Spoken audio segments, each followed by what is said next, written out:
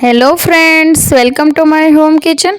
આજે આપણે સરસ એવી ટેસ્ટી રેસીપી બનાવવાની છીએ, પણ છે ટ્રેન્ડિંગ, જે અત્યારે ટ્રેન્ડમાં ચાલી રહ્યું છે, જીરો ઓઇલ રેસીપી. તો તેલ વગરની આ રેસીપી છે. તો ચલો બનાવવાનું શરૂ કરીએ. તો તેના માટે મેં કઢાઈ લીધી છે, તેની અંદર 1 ચમચી જીરું નાખ્યું છે. જીરુંને 2 મિનિટ આ રીતે સાંતળવાનું. પછી તેની અંદર ઝીણી સમારેલી ડુંગળી નાખીશું. તો અત્યારે છે ને બહુ ટ્રેન્ડિંગ ચાલી રહ્યું છે કે તેલ વગરનું ખાવાનું બનાવવાનું. તો અત્યારે તેલ વગરનું આપણે પનીરનું શાક બનાવવાના છીએ, એટલે કે પનીર ભુરજી. તે એની રેસીપી મેં બતાવી છે. તો હવે ડુંગળી સરસ એવી સોફ્ટ થઈ ગઈ છે. તો હવે આપણે ટામેટાં નાખી દઈશું. તો મેં અહીંયા 1 ટામેટુંને ઝીણું સમારીને નાખ્યું છે. હવે એને પણ આ રીતે થોડીક વાર આ રીતે સાંતળી લેવાનું છે.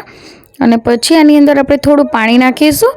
તો 2 થી 3 ચમચી જેવું પાણી નાખવાનું છે, જેથી થોડું સોફ્ટ થઈ જાય. તો આ બંને વસ્તુને થોડી વાર આપણે આ રીતે સોફ્ટ થવા દઈશું.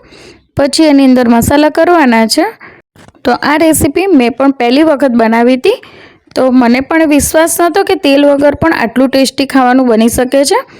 તો મેં ટ્રાય કર્યું, પણ જ્યારે અમે ખાધું ને ત્યારે તો બહુ જ મજા આવી ગઈ. તો હવે આપણે મસાલા કરીશું, જેમાં હળદર, થોડું ધાણા જીરું પાવડર, લાલ મરચું અને સ્વાદ પ્રમાણે આપણે થોડું મીઠું નાખીશું. તો જે વજન ઉતારવા માગતા હોય ને, તો એમના માટે તો આ રેસીપી બેસ્ટ છે.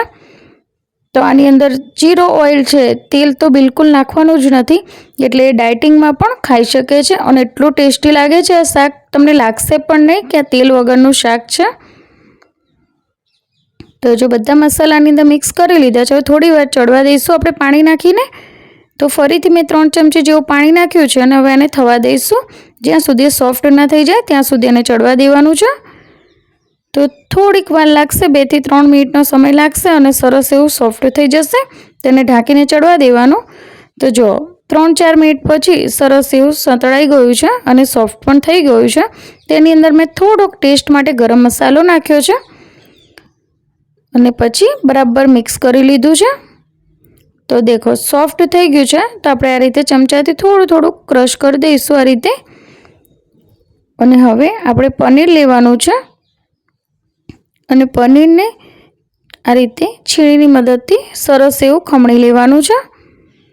તો આ પનીર ભુરજીની રેસીપી તમે જરૂરથી ટ્રાય કરજો. મેં આ રેસીપી છે ને બનાવી, અને પછી મેં મારા ઘરમાં બધાને ચખાડીને, તો એ લોકોને ખબર જ નથી પડી કે આ તેલ વગરનું શાક છે. એ લોકોને તો બહુ જ ભાવ્યું હતું. તો અહીંયા જો મેં પનીરને સરસ એવું ખમણી લીધું છે. હવે આપણે પનીરને આની અંદર સરસ રીતે મિક્સ કરી લેવાનું છે, જેથી બધા મસાલા છે એ પનીરની અંદર સરસ એવા મિક્સ થઈ જાય.